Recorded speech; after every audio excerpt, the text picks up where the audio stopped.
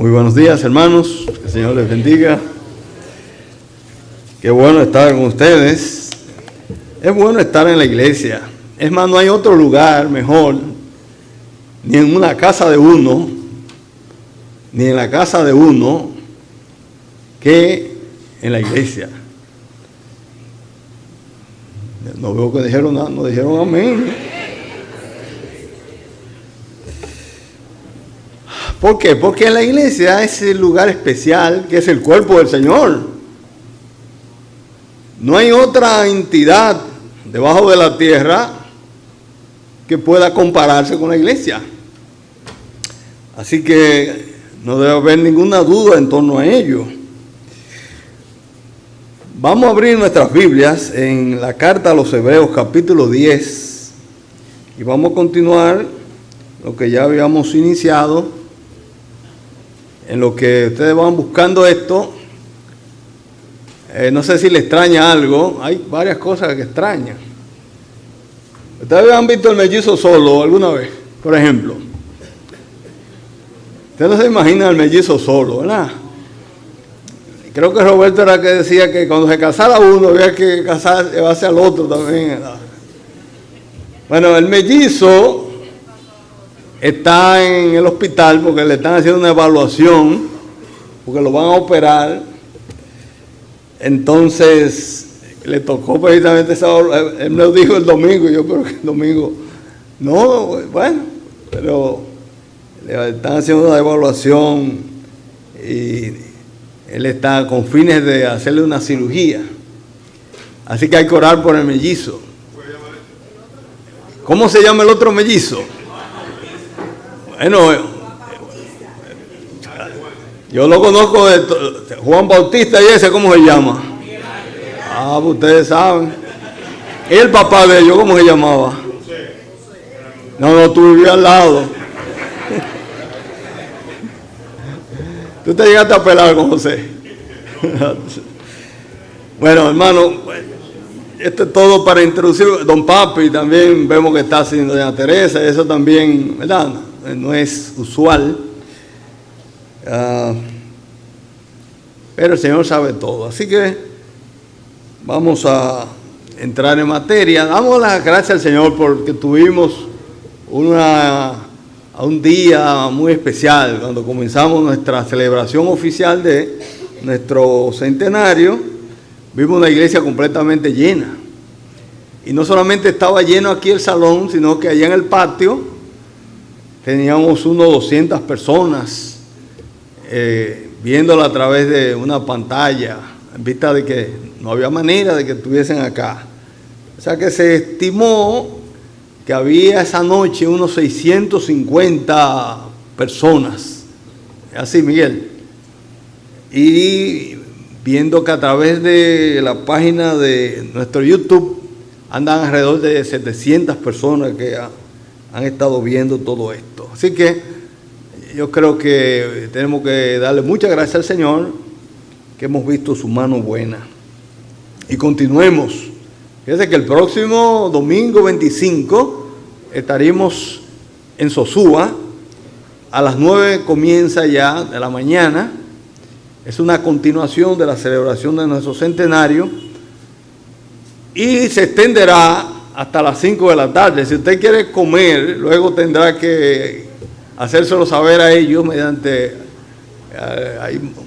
ellos tendrán la manera de hacerlo así para que usted también pueda comer y seguir, si le interesa seguir hasta las 5 de la tarde. Bien, vamos a leer, hermanos, a partir del verso 11 del capítulo 10 de la carta a los Hebreos. Dice el versículo 11, y ciertamente todo sacerdote está día tras día ministrando y ofreciendo muchas veces los mismos sacrificios que nunca pueden quitar los pecados. Pero Cristo, habiendo ofrecido una vez para siempre un solo sacrificio por los pecados, se ha sentado a la diestra de Dios. De ahí en adelante, esperando hasta que sus enemigos sean puestos por estrado de sus pies. Porque con una sola ofrenda hizo perfectos para siempre a los santificados. Y nos atestigua lo mismo el Espíritu Santo, porque después de haber dicho, este es el pacto que haré con ellos, después de aquellos días, dice el Señor, pondré mis leyes en sus corazones y en sus mentes las escribiré. Añade, y nunca más me acordaré de sus pecados y transgresiones, pues donde hay remisión de estos, no hay más ofrenda por el pecado. Padre amado que estás en los cielos, gracias te damos, porque tú nos das el privilegio tan grande de presentarnos confiadamente al mismo trono de tu gracia. Y en este momento rogamos tu ayuda, tu guía y tu dirección, para que podamos ser instrumentos útiles en tus manos. Y que todos oigamos tu palabra con fe, para que ella nos sea de provecho. Todo te lo pedimos y damos gracias por todo, en el nombre de tu Hijo amado, nuestro Señor y Salvador Jesucristo. Amén. Bien, Jesucristo, su sacrificio debemos nosotros tener muy claro en nuestras mentes, superior a todos los sacrificios del antiguo pacto, porque ahora nuestro Señor es un sacerdote que está sentado. Dice el versículo 11, y ciertamente todo sacerdote está día tras día ministrando y ofreciendo muchas veces los mismos sacrificios que nunca pueden quitar los pecados.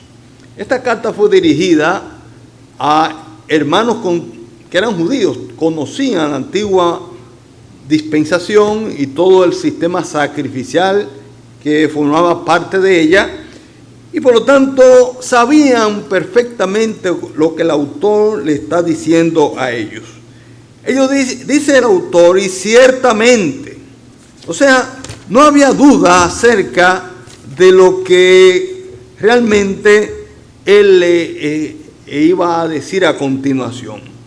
Ciertamente que todo sacerdote está día tras día ministrando y ofreciendo ofrenda, los sacrificios, ministrando día a día. Hay una parte que la versión que nosotros tenemos, nuestra tan amada Reina Valera, no la hace constar, y es que cuando uno va y hace una traducción literal de ese versículo 11, podríamos traducirle de la siguiente manera, y ciertamente todo sacerdote está de pie. Y esa expresión es importante porque literalmente está hablando que él está de pie, dado de que su obra, su sacrificio no era un sacrificio perfecto y tenía por lo tanto que efectuarse periódicamente.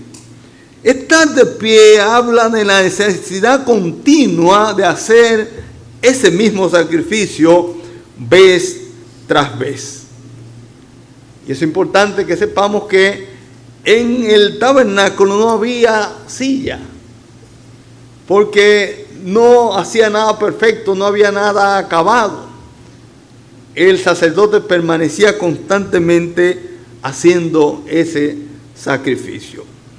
Y está ministrando, y ya hablamos en una ocasión anterior sobre ello. La palabra ministrar viene del griego leutorgeo, y es una palabra que aún se utiliza en el sentido político para referirse al trabajo, al ministro.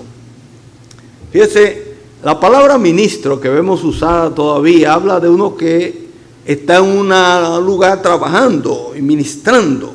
Así que esa palabra pasó a la Septuaginta y se le dio un carácter de tipo religioso, y se hablaba acerca de el sacerdote que servía en el lugar santo. Ahí estaba ministrando.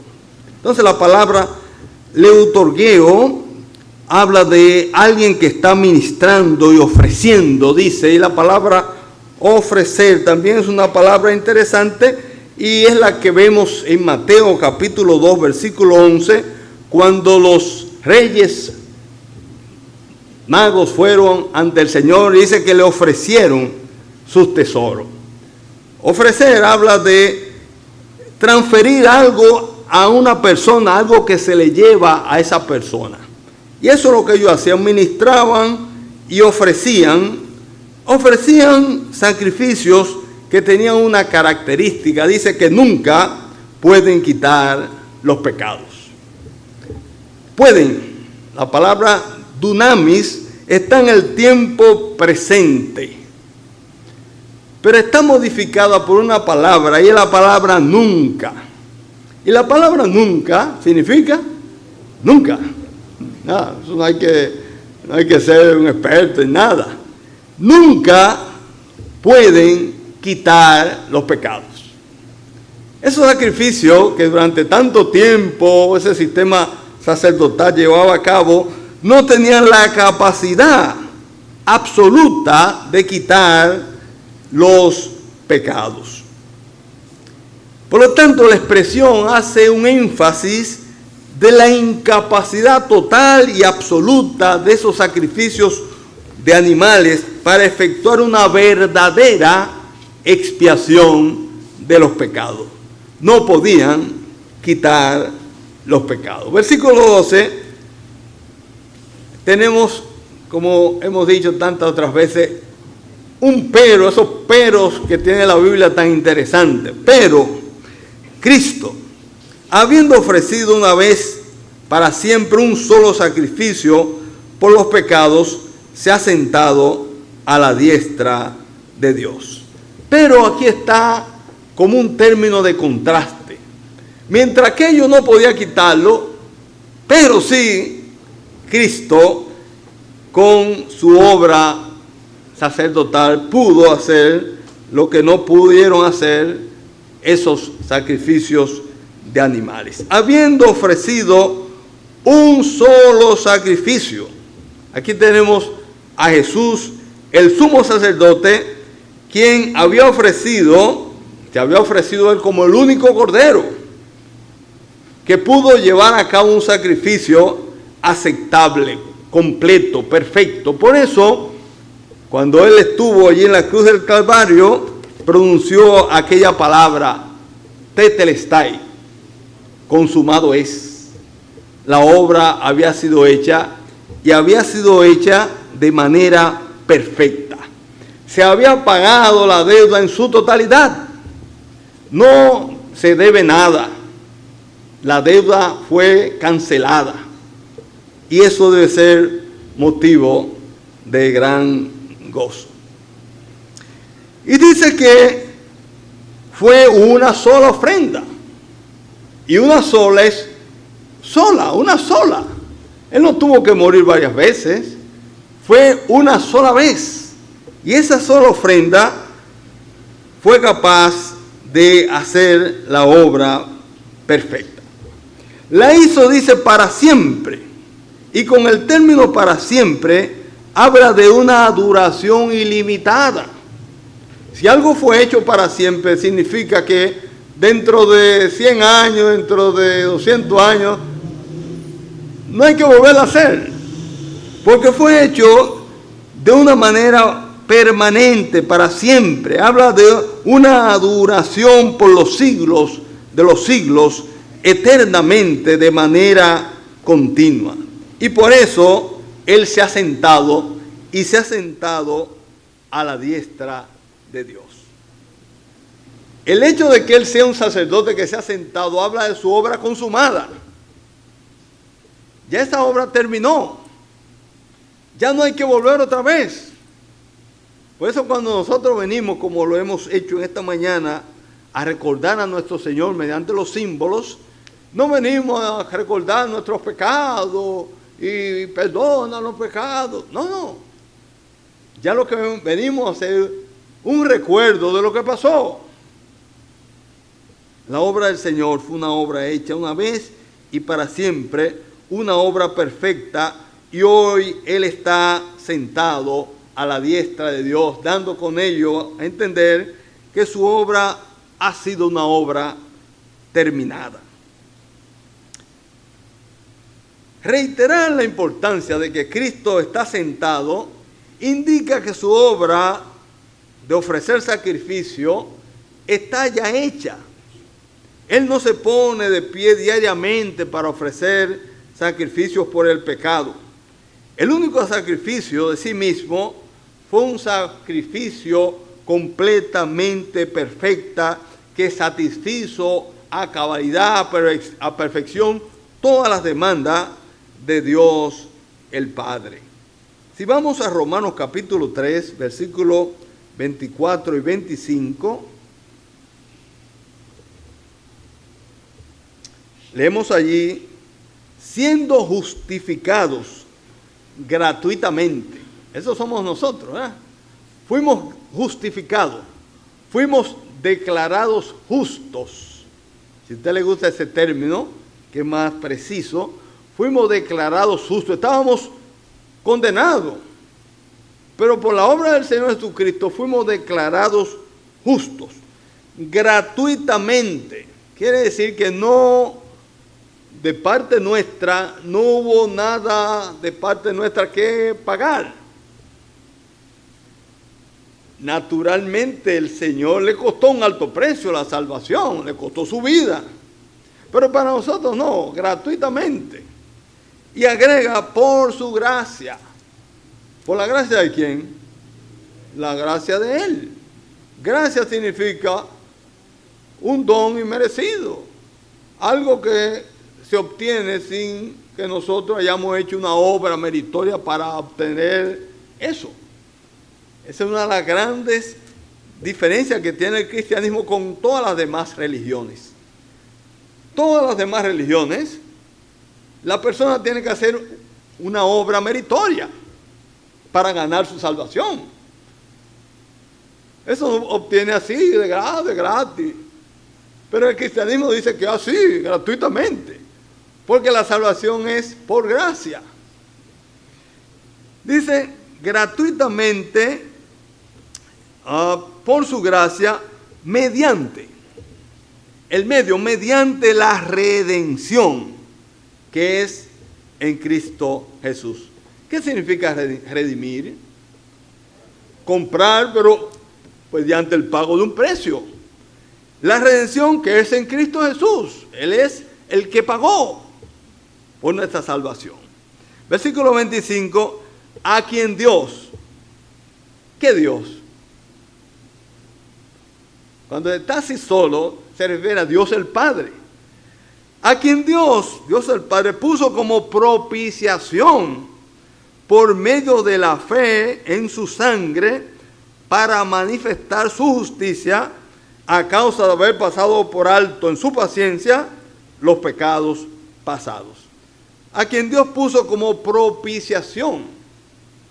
Recordemos que cuando el sumo sacerdote entraba al lugar santísimo una sola vez al año y con sangre tenía que entrar, esa sangre que él llevaba por sus propios pecados y los pecados de todo el pueblo, él la vertía sobre la tapa del propiciatorio.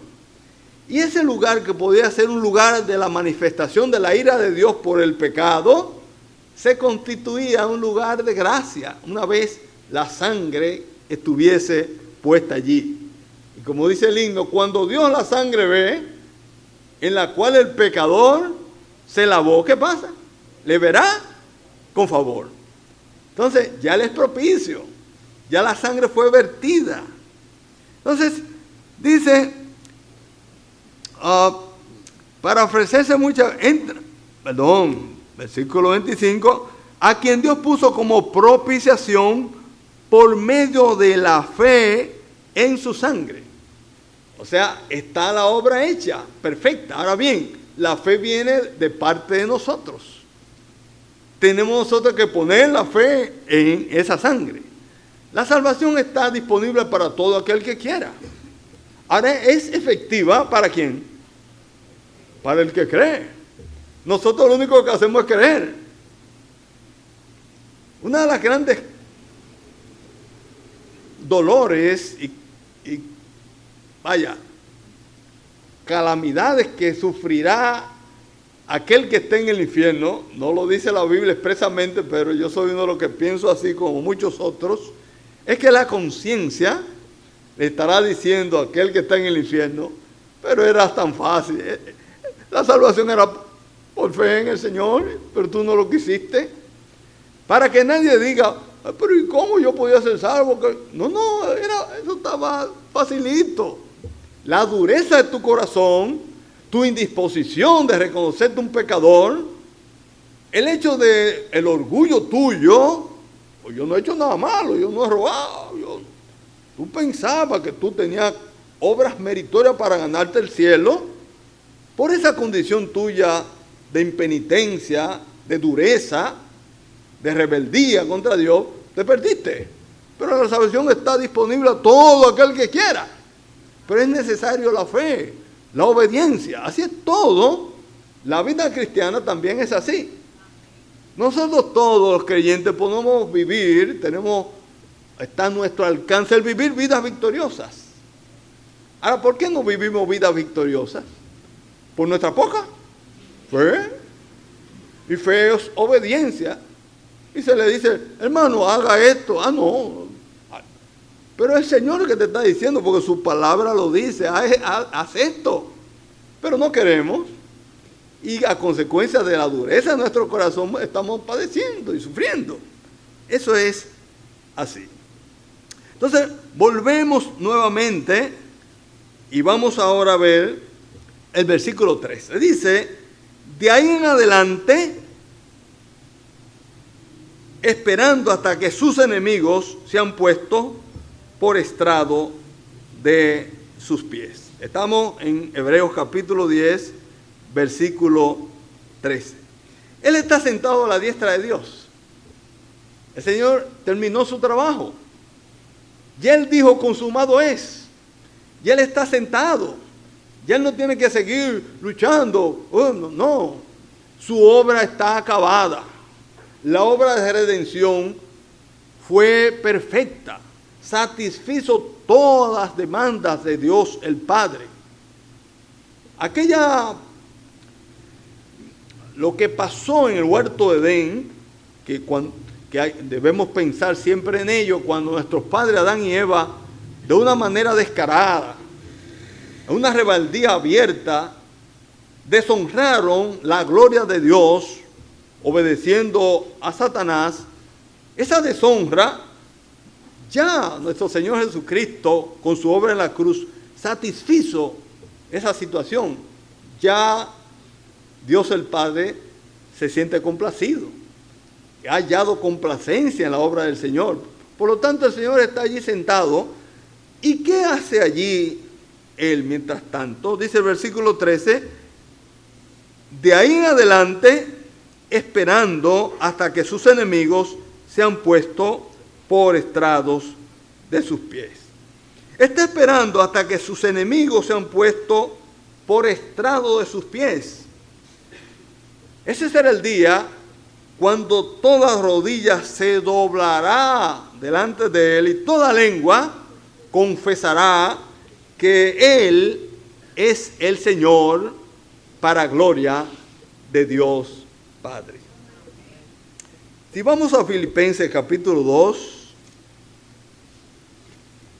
la carta a los Filipenses capítulo 2, versículo 10, vemos lo que acabamos de decir. Dice,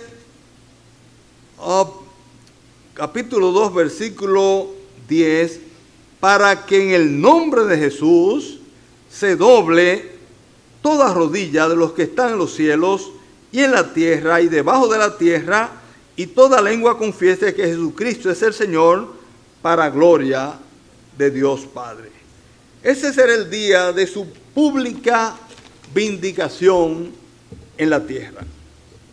Nuestro Señor Jesucristo, cuando vino aquí a la tierra en su primera venida, ¿qué es lo que el hombre le dio? ¿Qué recibimiento le dio? Lo que decían, pero este lo conocemos nosotros, este es el hijo de María, de José, que es carpintero. Y al final de cuentas, ¿dónde lo llevaron? A una cruz.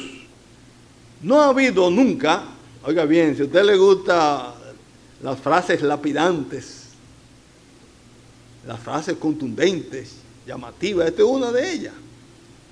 No ha habido nunca un crimen más horrendo que el crimen de nuestro Señor Jesucristo. Nunca.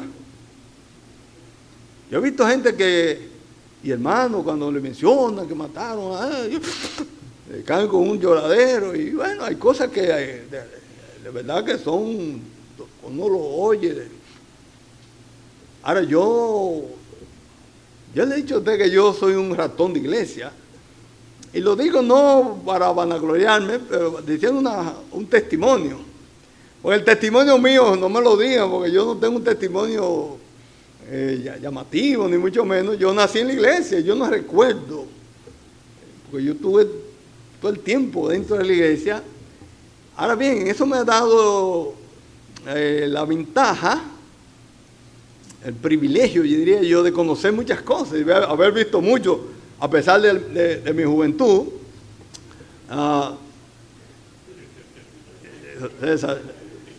Entonces, dentro de las cosas que yo no he visto, o he visto muy poco, es personas, el Señor, su muerte en la cruz. Pero no ha habido un crimen más horrendo que ese. ¿Por qué motivo? Porque él no conoció pecado. El juez que lo juzgó tuvo que decir: yo no le encuentro a este hombre nada, este hombre no ha hecho nada. Este hombre yo no le encuentro nada digno de muerte. Es que el Señor Jesucristo nació sin pecado.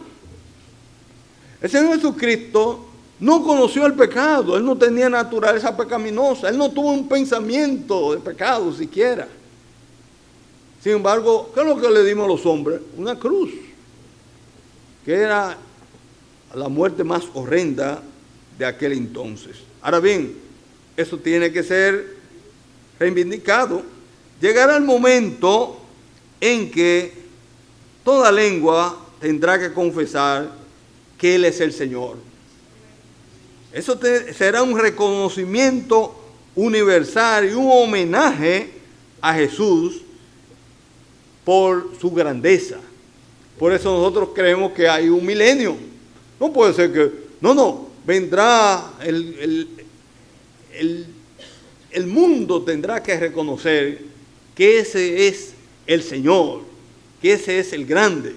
Y llegará el momento en que eso va a pasar en el tiempo y en la historia. Veamos algunos pasajes. Vamos a Isaías capítulo 45. Isaías capítulo 45.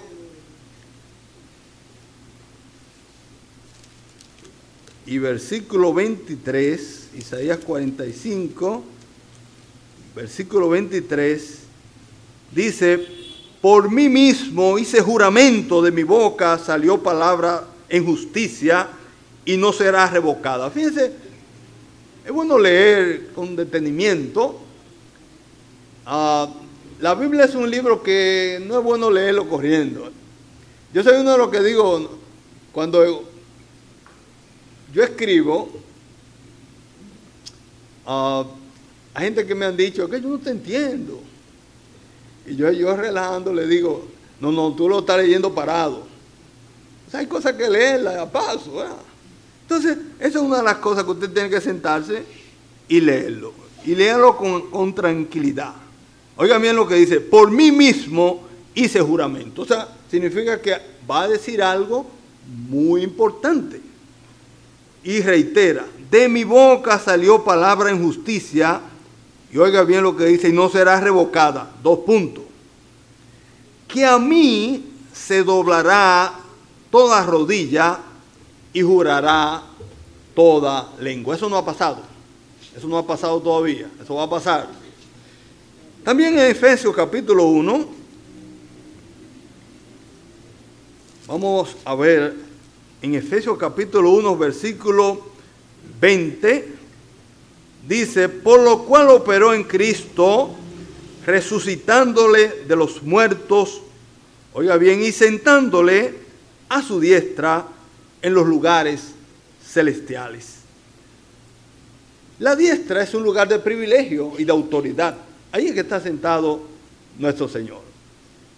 Y dice el versículo 21, sobre todo principado y autoridad y poder y señorío, y sobre todo nombre que se nombra, no solo en este siglo, sino también en el venidero. Fíjense entonces el nivel que tiene nuestro Señor. Está sobre todo principado, está sobre toda autoridad y poder y señorío. Y oiga bien, y sobre todo nombre que se nombra no solamente en este siglo, sino también en el venidero. Y dice el versículo 22, y sometió todas las cosas bajo sus pies, lo cual dio por cabeza sobre todas las cosas a la iglesia, la cual es su cuerpo, la plenitud de aquel que todo lo llena en todo.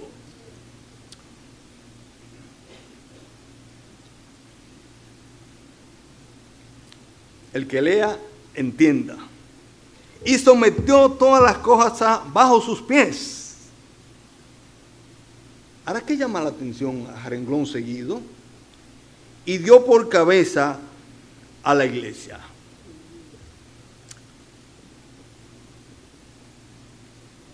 La iglesia, reitero, no tiene paralelo. Hay una confusión y viene de parte de lo que sucedió en la historia, y era que para los católicos apostólicos romanos todavía sigue siendo en su teología de que la salvación viene por la iglesia. Entonces ellos tienen a la iglesia allá arriba. Y recuerdo haber leído la biografía de uno de nuestros grandes maestros. Cuando digo nuestros grandes maestros me refiero del movimiento de los hermanos en España. El hermano Francisco La Cueva, él fue sacerdote de la alta jerarquía. Él cuenta en su biografía lo que era salir del catolicismo. Dice que él, por un mecanismo, no tenemos el tiempo, pero él una vez se convierte al protestantismo. Él siente que tiene que salir de España, de la manera, porque no podía, era un alto jerarca, pero él estaba convencido de que la salvación, ese no era el camino de salvación. Mediante una serie de estratagemas, él pudo salir, se va a Inglaterra, allá se casa y todo eso.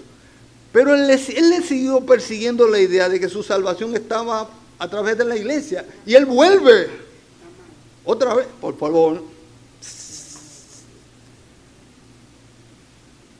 tienen que estar. Me están quitando la concentración. Bien, él vuelve otra vez a España y vuelve otra vez al catolicismo.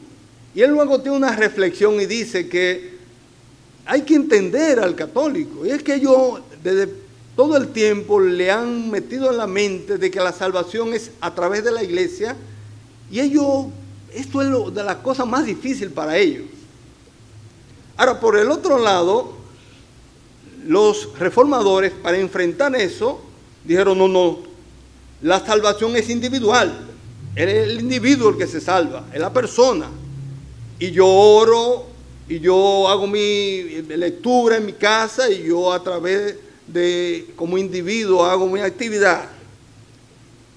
¿Qué pasa? Que todavía sigue habiendo dificultad en entender quién es el importante para los reformadores, o los que siguen la reforma, y es que ellos, bajo el entendido que es el individuo, dejaron la iglesia en un plano secundario.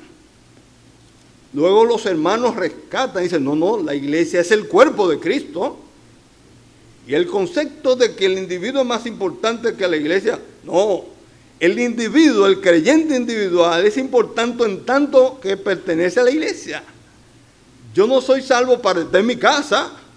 Yo no soy salvo para yo dedicarme a mis actividades personales. Yo soy salvo para pertenecer a una iglesia local, y tengo un don para poner ese don en ejercicio en la iglesia local para bien de los demás hermanos, porque yo soy un órgano de un cuerpo. Y yo como pie no puedo actuar autónomamente. Y yo como ojo no puedo andar por ahí. Yo soy ojo y soy útil en tanto estoy trabajando dentro de un conjunto que es el cuerpo y que es la iglesia. Y vemos cómo el apóstol tiene muy claro en esto. Habla de que la iglesia está sobre todas las demás otras estructuras. Entonces, eso es una de las verdades más hermosas que nosotros encontramos en la palabra. Bien, dice que toda lengua confesará que Jesucristo es el Señor para gloria de Dios Padre. Toda es toda, sin excepción.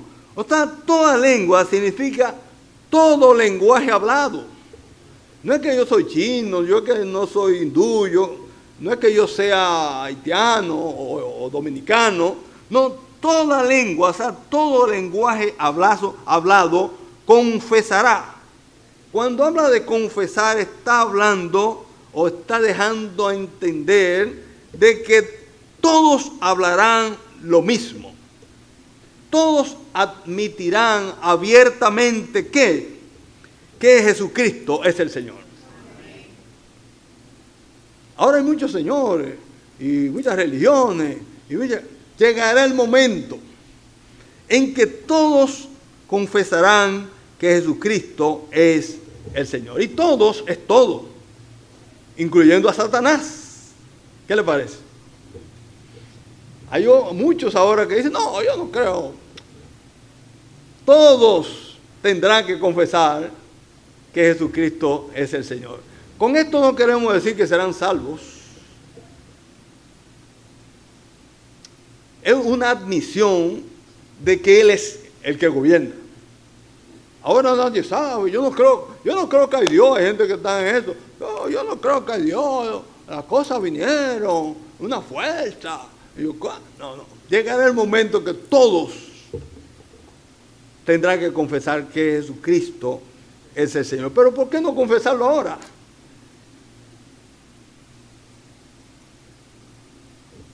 Cuando uno es salvo, implica que uno reconoce a Jesucristo como Señor y como Salvador. Reconózcalo ahora, porque llegará el momento que tendrá que reconocerlo, quiera usted o no. Todos tendrán que reconocer que Jesucristo es el Señor. Y dice, para gloria de Dios Padre.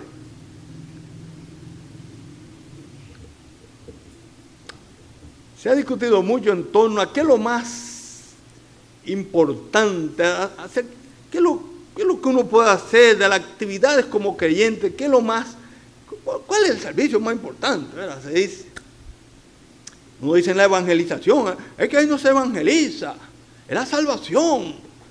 Sí, importante, importantísimo. La salvación, el Señor murió para salvarnos, claro que sí.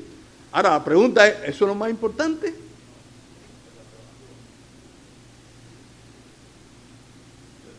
¿Eso es lo más importante? La más importante es la adoración. Todo cuanto el Señor hace es para su gloria. Y aún al final de los tiempos, al final de la historia, todo será para la gloria de Dios el Padre. Versículo 14 dice, porque con una sola ofrenda hizo perfecto para siempre a los santificados. Porque esa palabra, esa expresión explica o amplifica lo que Jesús está esperando. Porque con una sola ofrenda, no fue en varias ofrendas, fue una sola. Por eso es que, y uno tiene que decirlo, pero vaya, no es ocioso. Yo creo que es muy bueno que tengamos bien claro en nuestras mentes de que el servicio de partimiento del pan es un memorial. Es un memorial, no es un sacrificio.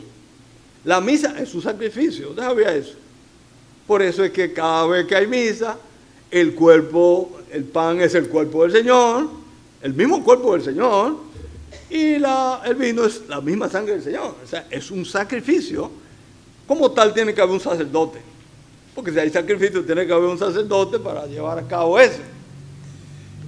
Pero cada vez, si es así, está sacrificándose el Señor. Pero la obra del Señor fue una obra hecha una vez y para siempre, fue una obra perfecta. Porque dice, porque con una sola ofrenda hizo perfecto. Perfectos, dice, para siempre a los santificados. Es muy interesante todo esto. Cuando dice a los santificados, en el idioma original es solamente una palabra. Es un participio que está en el tiempo presente y en la voz media, y es agiosemenous, que podría ser quizá mejor traducido como van siendo santificados. Entonces podemos traer dos lecciones de esto. Primero, la posición de los creyentes ante Dios es que nosotros somos perfectos. Delante de Dios, Él nos ve a nosotros como si nosotros nunca hubiéramos pecado. Perfecto, no nos falta nada. Esa es la posición. ¿Por qué nos ve a nosotros a través de Jesucristo? La obra de Jesucristo en la cruz del Calvario fue una obra hecha a nuestro favor. Y Él nos ve a nosotros a través de la obra del Señor, a través de Jesucristo. Entonces, posicionalmente, nosotros somos perfectos delante de Dios, porque Dios ha perdonado todos nuestros pecados a través del sacrificio de Cristo. Por eso nosotros, si alguien se muere, vamos a poner, si se muere, ¿cuál pongo? Bueno, murió un hermano, ¿verdad? Uno no se pone a decirle, Señor, este hermano, recíbelo, tenlo allá. No. Ese hermano ya no tiene nada no tenemos nada que hacer por sus pecados. Todos sus pecados fueron perdonados. La obra de Jesucristo fue una obra perfecta, hecha a su favor. Él no tiene nada, tenemos nosotros nada que hacer por Él. Por lo tanto, posicionalmente, nosotros somos perfectos. En segundo lugar, dice, a los que van siendo santificados. En la práctica, los creyentes estamos siendo santificados continuamente. Nosotros estamos creciendo o debemos crecer en santidad de pensamiento, en santidad de palabra, en santidad de obra.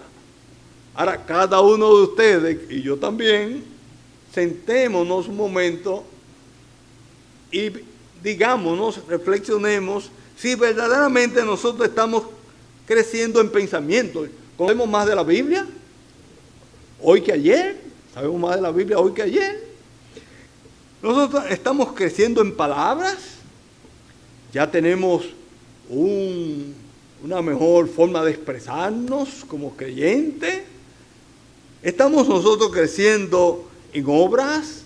Estamos haciendo obras propias, más apropiadas de lo que debe ser una obra de un creyente. Todas esas cosas deben ser un continuo mejoramiento día a día. La práctica, como todo, se desarrolla con el paso del tiempo.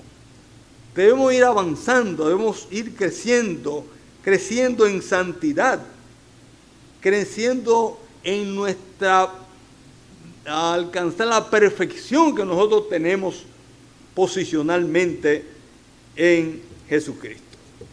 Todo eso es una tarea que nosotros debemos poner en ejercicio de manera continua.